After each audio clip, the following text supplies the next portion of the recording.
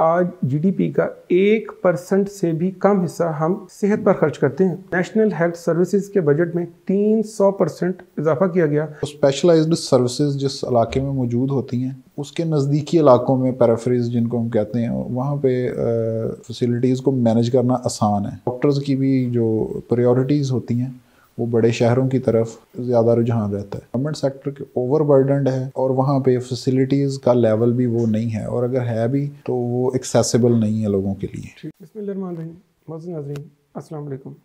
AB media पर अगले programme के साथ आपकी खिदमत में हाजिर हैं और मैं हूँ आपका मेज़बान मोहम्मद सुहेल रियाज। नाज़रीन, किसी भी इलाके में मौजूद लोगों की तादाद, उस इलाके में मौजूद डॉक्टर्स, बुनियादी सेहत के मराकज़ और इनके अदाद-ओ-शुमार किसी भी हुकूमत को अपनी पॉलिसी बनाने के लिए बहुत मुफीद मालूमात फ़राहम करते हैं, जिसके ज़रिए दुनिया की कोई भी गवर्नमेंट अपने लोगों के लिए बजट में उनका हिस्सा रखती है।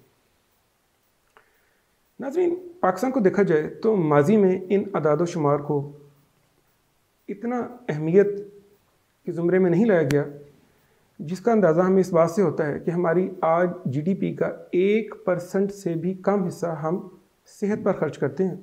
लेकिन हालिया दौर में इसमें बेहतरी आ रही है, जैसा कि इस साल या 2024-25 में नेशनल हेल्थ सर्विसेज के बजट में 300% इजाफा किया गया और बजट को बढ़ाकर 9 बिलियन रुपए से 27 बिलियन रुपया कर दिया गया। नाज़रीन, सेहत की अहमियत दीगर ममालिक में क्या है, इसका अंदाज़ा लगाने के लिए हम सिर्फ इस मिसाल को सामने रखते हैं कि नेपाल और अफ़गानिस्तान, जो कि आबादी में भी हमसे कम है और उनका बजट भी हमारे से कम है, वो भी सेहत के शोबे में पाकिस्तान से ज़्यादा खर्च करते हैं। नाज़रीन, पाकिस्तान के 2024-25 के अदाद-ओ-शुमार देखा जाए, सेहत के शोबे में जो खर्चात किए गए हैं उनमें 32% हिस्सा गवर्नमेंट का, जबकि 66% हिस्सा प्राइवेट सेक्टर का है। और प्राइवेट सेक्टर एक महंगा तरीका इलाज है जो कि आम आदमी की पहुँच से दूर है। इसके अलावा नाज़रीन, हम नौज़ायदा बच्चों की सेहत को देखें तो पाकिस्तान में 2022 में हर 1000 में से 50 बच्चे, इन्फेंट मोर्टेलिटी रेट यानी हमारा 50 बच्चे हर 1000 में से फौत हो जाते हैं, जिसकी वजह कोई बड़ी नहीं है। वो सिर्फ ये है या तो बुनियादी सेहत के मराकज़ में कमी या वहाँ सर्विसेज की जो उसकी क्वालिटी है उसका मेयार अच्छा ना होना।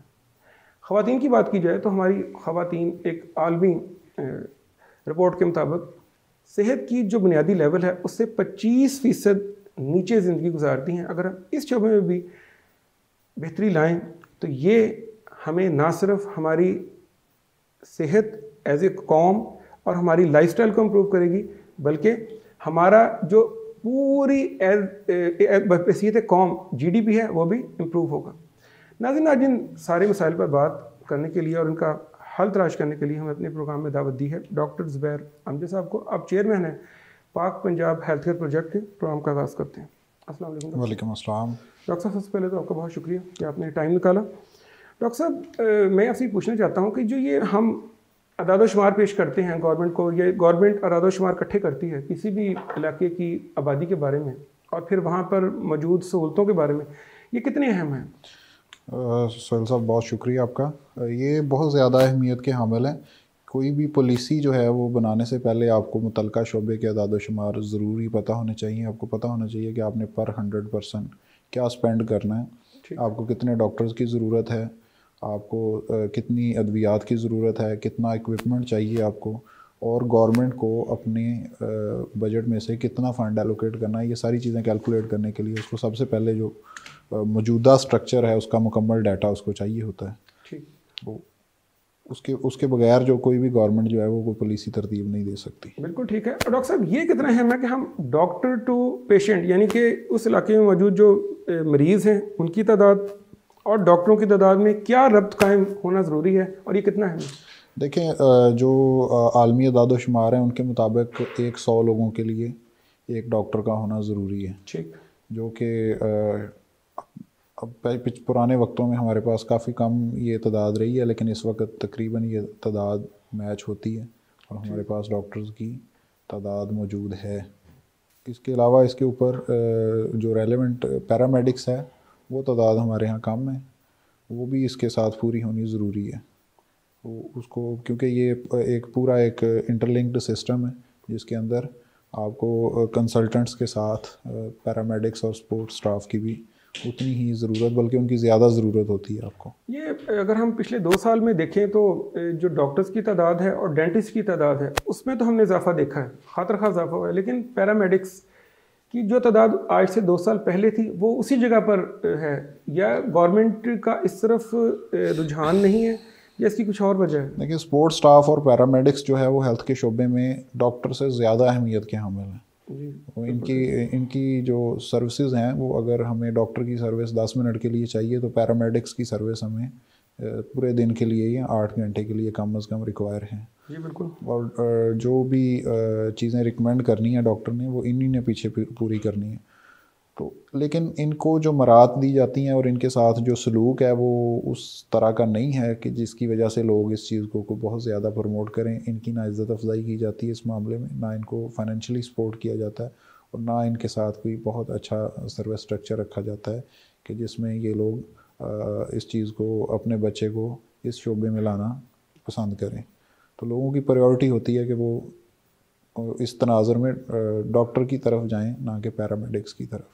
यानी कि जो बुनियादी चीज़ जो मैं समझाऊँ वो ये है कि इस इलाके में अर्निंग या जो इंसान कमाने के लिए घर से निकलता है वो उतनी नहीं है, या उसको तो उसकी तरफ तवज्जो नहीं है, या ये शोबा ही। देखिए, गवर्नमेंट सेक्टर में तो इसको उस तरह से कोई अहमियत नहीं दी जाती जिस तरह से इसको दी जानी चाहिए। ये ज़्यादा डॉक्टर्स की निस्बत ये ज़्यादा तवज्जो मांगता है, और इनके ऊपर स्पेंडिंग्स जो है वो कंपैरेटिवली ज़्यादा करने की ज़रूरत है, ताकि ये लोगों का रुझान इस जानिब आए और वो इस शोबे को एक बेहतर शोबा कंसिडर करके इसके अंदर इन्वॉल्व हों। डॉक्टर साहब, ये देखा गया है कि हमारे, हालांकि गवर्नमेंट ने दूर दराज के इलाकों तक भी बुनियादी सेहत के मराकज़ कायम किए गए हैं और उनकी बिल्डिंग्स भी वहाँ मौजूद हैं, लेकिन इसके बावजूद भी हमने देखा है कि रूरल एरियाज़ में या वो इलाके जो कि शहर के हदूद से थोड़ा बाहर निकल गए हैं, वहाँ पे सेहत की सहूलतें उस मेयार की नहीं है, या बिल्कुल ही गायब हैं, या उस मेयार की नहीं है। तो इस बारे में आप क्या कहेंगे कि ये? देखिए, जो स्पेशलाइज्ड सर्विसेज जिस इलाके में मौजूद होती हैं उसके नज़दीकी इलाकों में, पेरिफेरीज जिनको हम कहते हैं, वहाँ पे फैसिलिटीज़ को मैनेज करना आसान है कि वहाँ पे कोई केस ख़राब होता है, कोई मामला बिगड़ता है तो बड़े सेटअप को अप्रोच करना आसान है। जो रिमोट एरियाज़ हैं, पेरिफेरीज हैं, वहाँ पे अटैचमेंट्स कम होती हैं और उसमें डॉक्टर्स को और पैरामेडिक्स को वहाँ पे उस तरह से अकोमोडेट नहीं किया जाता रिमोट एरियाज़ के अंदर। अगर उनको वहाँ पे प्रॉपर अकोमोडेट किया जाए तो डेफिनेटली वहाँ पे भी वो सर्विसेज बेहतर हो सकती हैं। और फिर इसके अलावा आपके जो BHUs हैं वो प्रॉपरली इक्विप्ड नहीं हैं। वहाँ पे आपका कोई भी केस अगर थोड़ा सा बिगड़ता है तो वो संभालने के लिए वहाँ पे जो इंतज़ामात है वो मौजूद नहीं हैं, और इसी वजह से जो है ना वो लोग वहाँ पे, एक तो ख़ुद पब्लिक वहाँ पे दिलचस्पी नहीं लेती, और दूसरा फिर वहाँ पे क्योंकि मुफादात और बेनिफिट्स इतने ज़्यादा नहीं हैं तो डॉक्टर्स की भी जो प्रायोरिटीज़ होती हैं वो बड़े शहरों की तरफ ज़्यादा रुझान रहता है। डॉक्टर साहब, आपके जो जिस तरह आपने फरमाया कि डॉक्टर्स का भी बड़े शहरों की तरफ रुझान ज़्यादा है, हमने ये भी देखा है कि सेहत के शोबे में प्राइवेट सेक्टर बहुत खुल के सामने आया है। यानी अब आम बंदे का भी, जिसके पैसे 4 पैसे जेब में हैं, उसका भी रुझान यही है कि, और ये समझता है वो कि शायद प्राइवेट में जाके इसका इलाज बेहतर होगा, जबकि गवर्नमेंट सेक्टर, हालांकि बहुत बड़े बड़े फंड उन्होंने एलोकेट किए हैं, अस्पतालों की अब हालत भी बेहतर की जा रही है। अब क्या समझते हैं कि जो ये प्राइवेट इलाज है ये महंगा नहीं है, ये आम आदमी की पहुंच से दूर या बिल्कुल बाहर नहीं है उससे? देखें, जो प्राइवेट इलाज है वो आम आदमी नहीं, अच्छा अफोर्ड करने वाले लोगों के लिए भी मुश्किल है, और इसकी तरफ रुझान इसलिए है कि वो कम अज़ कम वहाँ पे रश कम है और स्टैंडर्डाइज हेल्थ फैसिलिटीज़ कम अज़ कम अवेलेबल हैं। गवर्नमेंट सेक्टर के ओवरबर्डनड है और वहाँ पे फैसिलिटीज़ का लेवल भी वो नहीं है, और अगर है भी तो वो एक्सेसिबल नहीं है लोगों के लिए। ठीक है, तो इसलिए लोगों का उस ज़िल्लत से बचने के लिए, क्योंकि एक तो वो इंसान अपनी बीमारी की वजह से, कोई भी इंसान परेशान होता है, वो फिर सबसे पहली जो प्रेफरेंस किसी इंसान की है वो हेल्थ है, बिल्कुल ठीक, उसके बाद सारे मामलात हैं। तो वो फ़र्स्ट प्रायोरिटी होने की वजह से, हालांकि गवर्नमेंट की भी ये फ़र्स्ट प्रायोरिटी होनी चाहिए, लेकिन गवर्नमेंट की ये फ़र्स्ट प्रायोरिटी बदकिस्मती से रही नहीं है। तो अगर ये फर्स्ट प्रायोरिटी नहीं है, वहाँ पे चीज़ें स्टैंडर्डाइज नहीं हैं और मतलब पेशेंट्स रश की वजह से सम टाइम बेड्स नहीं मिलते, स्ट्रेचर्स के ऊपर गुजारा करना पड़ता है, फिर इक्विपमेंट उसके ऊपर भी है और फिर डॉक्टर्स की तादाद भी है। फिर गवर्नमेंट जो है वो जो लास्ट पिछले टाइमों में इन्होंने स्पेंडिंग की है वो रेनोवेशंस के ऊपर की है, ना कि स्ट्रक्चरल डेवलपमेंट पे। ये शोबा जो है वो स्ट्रक्चरल डेवलपमेंट भी पैरेलली मांगता है, क्योंकि जहाँ पे इंसान मौजूद है वहाँ पे सेहत की सहूलत का मौजूद होना भी ज़रूरी है। यानी कि वो सारी जो इक्विपमेंट है या जो भी सारा कुछ है वो उसी लिहाज से उसकी भी अगर उसको बेहतर किया जाए, सारे सपोर्टिंग स्टाफ और जो इक्विपमेंट है, मशीनरी है, वो आप कह रहे हैं कि उसमें अभी खासा बेहतरी नहीं है। इक्विपमेंट, मशीनरी, स्ट्रक्चर का मौजूदगी, अपनी एक बिल्डिंग की मौजूदगी, आपने बताया कि BHUs मौजूद हैं दूर दराज इलाकों में, तो वो 4 से 5 देहातों को मिला के एक फैसिलिटी है जो कि एक ज़्यादती है, जहाँ पे एक आबादी कम्युनिटी मौजूद है, वो वहाँ पे हेल्थ फैसिलिटी होना ज़रूरी है। ये तीसरी चौथी आबादी में जाके फैसिलिटीज़ का जो कंसेप्ट है ये कुछ ज़्यादा बेहतर नहीं है।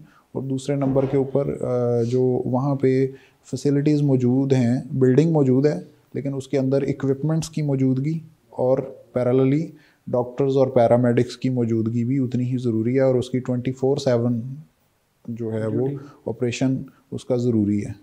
तो ये इस तरह से अगर इसको चलाएंगे तो शायद बेहतर है और अवाम शायद इस तरफ उनका रुझान हो। अदरवाइज़ फिर लोग अपनी स्पेंडिंग्स जो है वो सेहत के ऊपर डेफिनेटली करते हैं जब उनको ज़रूरत महसूस होती है, और वो फिर बेहतर समझते हैं कि जब हमने खुद से स्पेंडिंग करनी है तो फिर हम प्राइवेट सेक्टर को प्रेफर करेंगे। डॉक्टर साहब, एक तो हो गया चले एक इंसान बीमार है, लेकिन एक उससे पीछे की थोड़ी सी स्टोरी है, वो ये है इम्यूनाइजेशन प्रोग्राम, या जिसे कह सकते हैं जिस तरह हम पोलियो कतरे पिलाते हैं उसका जो हम हिफाजती टीके लगवाते हैं। आप क्या समझते हैं कि ये किसी भी मुल्क में कितना इम्पोर्टेंट है कि आने वाली यूथ को सिक्योर किया जाए? देखिए, जो वबाई अमराज हैं ना, वो जब स्प्रेड होती हैं तो वो ओवरनाइट आपके हॉस्पिटल्स को कैप्चर कर लेती हैं। आपकी जो एग्जिस्टिंग फैसिलिटी है वो चोक हो जाती है। ये आपने कोरोना में देखा होगा कि एक वबाई मर्ज़ जो है वो फैला है और ओवरनाइट उसने अवेलेबल फैसिलिटीज़ को डिटेन कर लिया। तो उसको उस बर्डन से बचने के लिए इसी इलाका की वबाई अमराज हैं उनसे बचने के लिए जो इम्यूनिटी बिल्ड की जाए, जो इम्यूनाइजेशन प्रोग्राम है वो इसीलिए तरतीब दिए जाते हैं कि वो इम्यूनिटी बिल्ड की जाए और लोगों को बीमारी आने से पहले जिस्म को जो है वो उस बीमारी के लिए तैयार किया जाए ताकि वो रेजिस्ट कर सके और उसको आने से पहले जो है ना वो उसके साथ निपटा जा सके। तो ये बड़ी अहमियत रखता है कि आप वैक्सीनेशंस के जो प्रोग्राम हैं, इम्यूनाइजेशन प्रोग्राम है, वो बिफ़ोर टाइम जो है वो आपकी वो तैयारी है। अपनी इंसान के अंदर अगर इम्यूनिटी बिल्ड हो जाती है तो वो उसको फिर ट्रीटमेंट की तरफ मोस्ट प्रोबेबली नहीं जाना पड़ता। बिल्कुल ठीक। तो ये ज़्यादा अहमियत रखती है बजाय इसके कि आप बीमार हों और फिर उसके लिए आप एक स्ट्रक्चर बिल्ड करें और उसको इलाज की जानब लेके जाएं। जी बिल्कुल ठीक। डॉक्टर साहब, ये फरमाएं कि आजकल पूरी दुनिया में हम देखें तो जो हमारी इलाज की फैसिलिटीज़ हैं वो भी जिद्दत इख्तियार कर रही हैं। सर्जरी की मिसाल है तो रोबोटिक सर्जरी आजकल पूरी दुनिया में बहुत स्पीड से इसका बढ़ रहा है। पाकिस्तान में ये रुझान ज़्यादा बढ़ नहीं सका या बढ़ नहीं सक रहा, इसकी क्या वजह? सोहेल साहब, हम लेस डेवलप्ड या अंडर डेवलप्ड कंट्री हैं और हमारे यहाँ डेवलपमेंट के वो मेयार नहीं हैं और हमारे यहाँ तो अभी आप तो रोबोटिक सर्जरी की बात कर रहे हैं, हमारे पास तो बहुत से इलाकों में पीने का साफ़ पानी भी अवेलेबल नहीं है।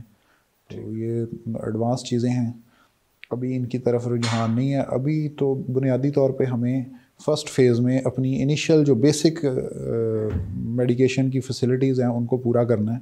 अगर हम उसको पूरा करने में कामयाब हो जाते हैं तो नेक्स्ट लेवल पे ये चीज़ें भी कंसिडर की जा सकती हैं। नो डाउट आने वाले वक्त में ये सहूलियात अवेलेबल हैं और इनको अडॉप्ट करना चाहिए। ये आपके बर्डन को कम करती हैं, लेकिन उसके लिए आपको पहले बुनियादी जो सहूलतें हैं उनको पूरा करना पड़ेगा। डॉक्टर साहब, कहा जाता है कि हेल्थ के शोबे में अगर आप इन्वेस्टमेंट करते हैं तो ये आपको 3 गुना होकर वापस आता है। यानी अगर आप ₹1 या $1 इसमें इन्वेस्ट करेंगे अपने लोगों की सेहत पर, ख़ास तौर पे ख़वातीन की सेहत पर, तो ये आपको $3 गुना में ये आपको फ़ायदा देगा। और दूसरा, आपका जो GDP है वो बहुत मजबूत तरीके से बढ़ जाएगा। क्या आप समझते हैं ऐसा? देखें, जो सेहत है ये बहुत बल्कि प्राइमरी आपकी जो प्रायोरिटी है, बहुत अहम शोबा है। इसके ऊपर स्पेंडिंग आपको मल्टी डायमेंशंस के अंदर जो है ना वो फ़ायदा देती है। एक तो इसके साथ मल्टीपल इंडस्ट्रीज़ जुड़ी हुई हैं जो कि आपको इक्विपमेंट्स और सप्लाइज़ और डिफरेंट चीज़ें मेडिकेशंस वगैरह दे रही हैं, तो वो इंडस्ट्रीज़ भी बूस्ट करती हैं जब इस सेक्टर के ऊपर आपकी स्पेंडिंग्स इंक्रीज़ होती हैं।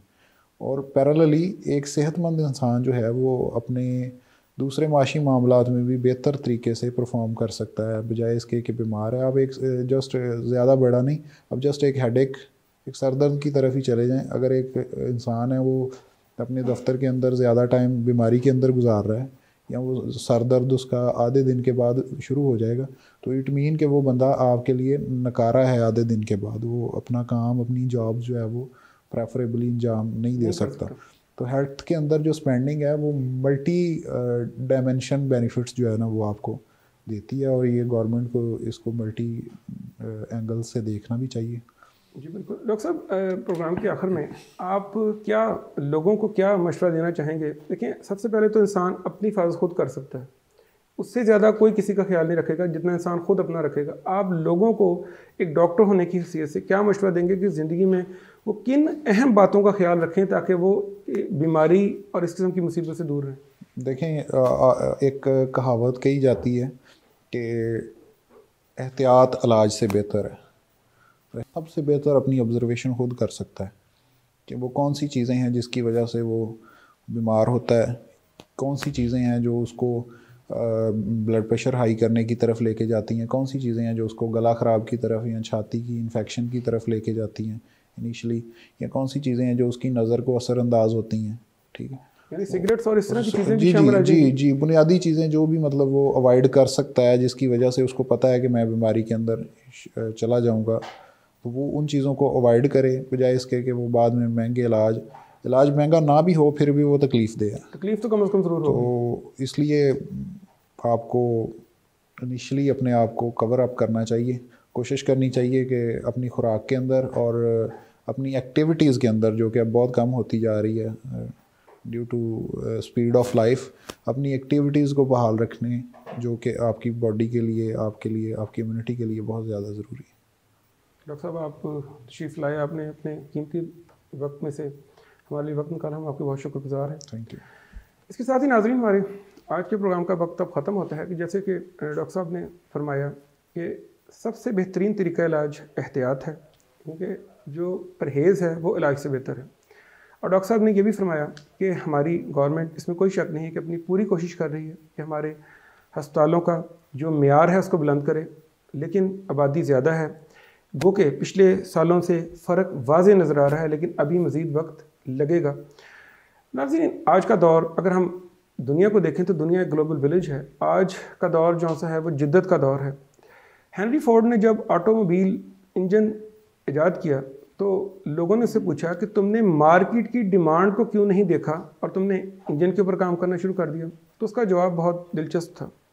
उसने कहा, अगर मैं मार्केट की डिमांड को देखता तो लोग मुझसे तेज़ रफ्तार घोड़ों का मुतालबा करते। नाज़रीन, ये एक छोटी सी मिसाल है जिद्दत की और आगे सोचने की। आम आदमी से हुकूमत की सोच आगे होनी चाहिए। और जैसा कि रोबोटिक्स के बारे में डॉक्टर साहब ने फरमाया कि ये एक महंगी ऑप्शन है, लेकिन नाज़रीन, हमारा हमसाया मुल्क इंडिया, उसने 2006 में पहली बार रोबोटिक सर्जरी में कदम रखा, और आज हम अगर देखें तो उनके पास 76 इस तरह के मराकज़ हैं जहां रोबोटिक सर्जरी की जा रही है, और वहां 500 ट्रेंड सर्जन्स हैं। जबकि हमने 2011 में इस सिलसिले में अपना पहला सेंटर कायम किया, और आज भी हमारे पास सिर्फ 5 सेंटर हैं और चंद गिनती के डॉक्टर। इसके साथ साथ नाज़रीन, दुनिया के 92% सर्जरी के केसेस लो इनकम या मिडिल इनकम कंट्रीज़, यानी ऐसे तरक्की पजीर ममालिक में होते हैं।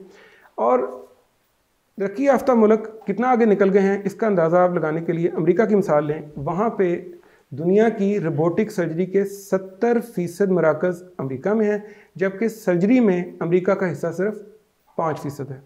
तो हमें आज ये सोचना होगा कि हम आने वाले सालों में अगर हम दुनिया के साथ शाना बिशाना चलना चाहते हैं तो हमें जिद्दत की तरफ जाना होगा, अपने हेल्थ और अपनी सेहत के ऊपर ज़्यादा खर्च करना होगा, ताकि एक बेहतर काम के तौर पर हम उभर सकें। अपने इज़्ज़त-ओ-कारब, अपने दोस्तों सबका ख्याल रखिएगा। अगले प्रोग्राम तक के लिए इजाज़त। अल्लाह हाफिज़।